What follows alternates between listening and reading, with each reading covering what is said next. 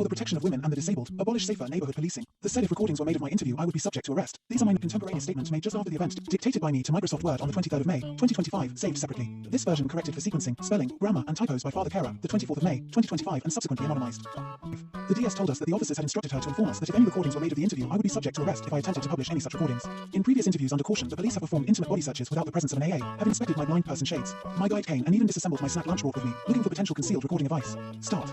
1. The interview was scheduled for 10 a.m., which is when we arrived, only to find out that the solicitor who had been summoned to be in attendance had been given 11:30 as a start time and took over an hour to arrive. 2. During this time, my father and I discussed our problems with the nominated appropriate adult. We explained that we had said we didn't want an AA, but she was very authoritative and explained that that wasn't our choice. If the police accepted that Michael was vulnerable, it was obligatory to have an AA, and if we hadn't chosen one acceptable to them, she was the alternative. We then had a long discussion about why my father was not acceptable, and chaotic scenes ensued over the next 2 hours, including after the solicitor arrived, whereby different stories and excuses were used by the interviewing officer, relying on what he was being told by the inspector, the officer in the case, and the sergeant, at the end of which he admitted they had misled him and that my father was not a witness, but that he had been instructed he was not to be allowed to be the AA with no extra reason given. 3. The AA explained that she could call the whole interview off because of this, but then the whole process would have to be gone through again, and on balance we might think it best to get this disposed off. 7. Reluctantly, we accepted the DS's advice to get the meeting over with based on a prepared statement.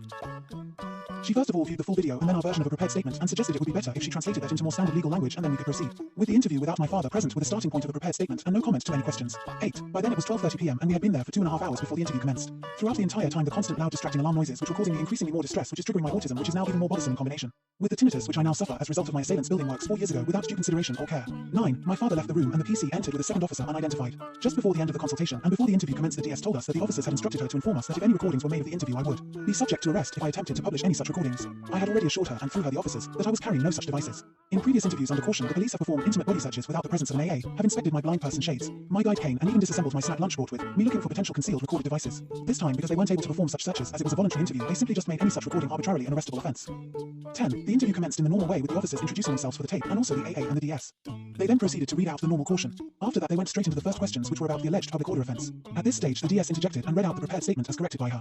Both at this stage and several times later the officers seemed to question whether that was my statement or just hers, and she confirmed that it was mine prepared on my instructions, and then it transpired that they were talking about the witness statement I had submitted as part of the case against my assailant and asking whether that was my statement. It was clarified several times that as with the prepared statement these were my words corrected and put into proper English by my father. 11. The general flow of the interview went as follows. They started by reading out the allegations against me and then they proceeded to play a video clip of the events just before and ending at the alleged assault on my assailant. Before the video was played I stated for the record that both the DS and the AA had already been shown a full copy of the incident by us and would be able to interject should it turn out that the video being presented as evidence during the interview was not a fair reflection of the full incident. 12. After playing the video they then gave a brief verbal summary of their interpretation of the events shown in the video and then proceeded to ask questions.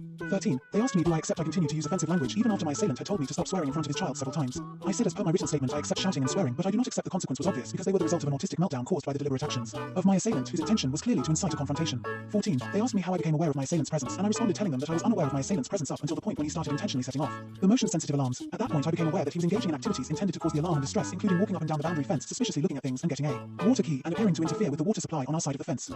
15. The AA interjected asking to clarify based on the descriptions given by the questioning officer that my assailant was in fact using a grabber to manipulate an item over the boundary fence and that to clarify my assailant can be clearly heard calling me a deleted vile offensive word loudly in the presence of his 4-year-old child and anyone else in proximity. 16. They then scared me again if I accept that I was making abusive statements which were audible to other people, to which I responded asked and answered then no comment as instructed. 17. They asked me if I accept that my Fox deterrent devices cause a nuisance to my neighbor. I responded to this question by first repeating that my assailant is no longer our neighbor as he was thrown out of the house last November and has not lived there since and only returned to collect his mail and engage in behaviors likely to cause harassment. I stated the devices were physically incapable of producing any nuisance owing to the fact that the speakers in the devices have long since been disconnected. I also noted that previous malicious allegations had resulted in Merton Environmental Health being involved and after investigation concluding for the record that these devices are not a statutory nuisance. 18. I also said that I ignored a lot of what he was doing for approximately 45 minutes after I first became aware of my assailant's interference. I was able to do this up until the point when he reached over our fence and interfered with our Fox and other devices and calling me a deleted vile offensive word, which is what triggered my autistic meltdown. 19. They asked me whether or not I was aware that other people were in fact able to hear my offensive language, to which I responded at the time I was not consciously aware of anyone else being present and that it was only later after reviewing the CCTV I became aware that his child was in relative close proximity. What were the alarm sounds heard in the video which led to my assailant telling me to turn my alarms off?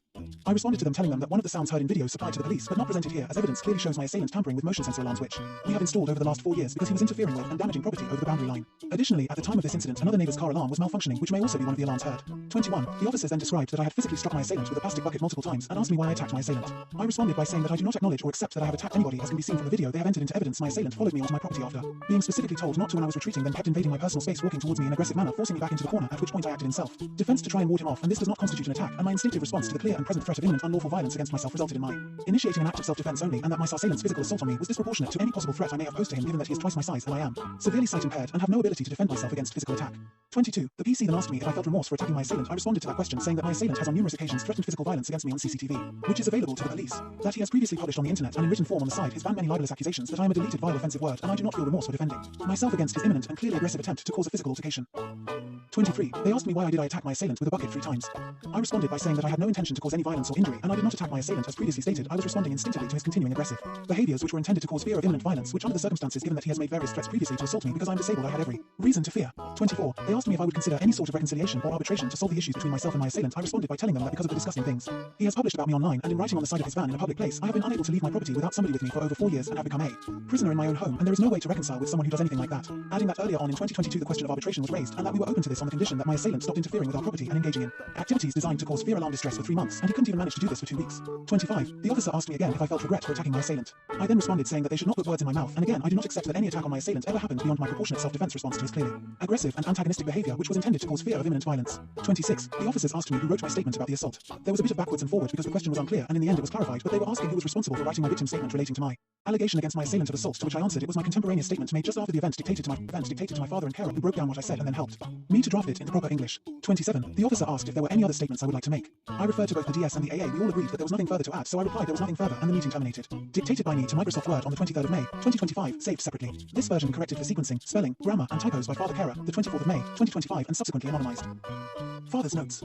We had been informed only shortly before this interview that the formal interview of the assailant for his assault on Michael was to take place the day after this interview. Reading through the questions asked of Michael in the interview, it seems an inescapable conclusion that the officers were fishing for information to use in the assailant's interview to help him avoid prosecution. No other useful purpose can be ascertained from this interview, as it was abundantly clear from the video.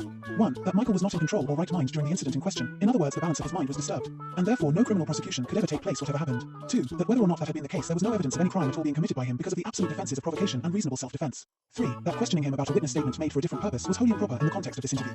4. That much of what Michael was able to say about it was because he had watched the video, not because he could remember anything at the time of the incident. It should be noted that the actual interview itself took 1 hour mainly because many of the questions were repetitive, but in reality could have been over within a quarter of an hour. Yet another example of the SNT wasting huge amounts of time and budget in the determination to find something as a weapon against Michael. Should they have needed to have clarified Michael's witness statement, it should have been done in the context of the investigation and not dressed up as a potential crime by Michael. Had there not been a breach of the Equality Act by the police in preventing either myself as a note-taker or a recording device, as an appropriate reasonable adjustment these notes would have been fully accurate, but instead represent the best that Michael could remember after such a stressful event. Michael tells me that there was a sound of typing throughout, so it is hoped that the attending solicitor I was doing this and keeping good clear notes if ever required. I feel personally abused, as the various reasons given for why I could not be the AA includes a false record on the police database which I have several times asked to be removed, namely that I had been present at a previous interview as an AA and had to be removed for causing an interference and been abusive. When that was discounted, another false statement was used as an excuse, namely that I was a witness to the events of the 11th of April. And when that was discounted, that Michael's witness statement in the assailant's case referred to previous events when I might be a witness. When even that was discounted, the don't care he can't come in underlines the callous way in which this SNT ignore pace when it doesn't suit them.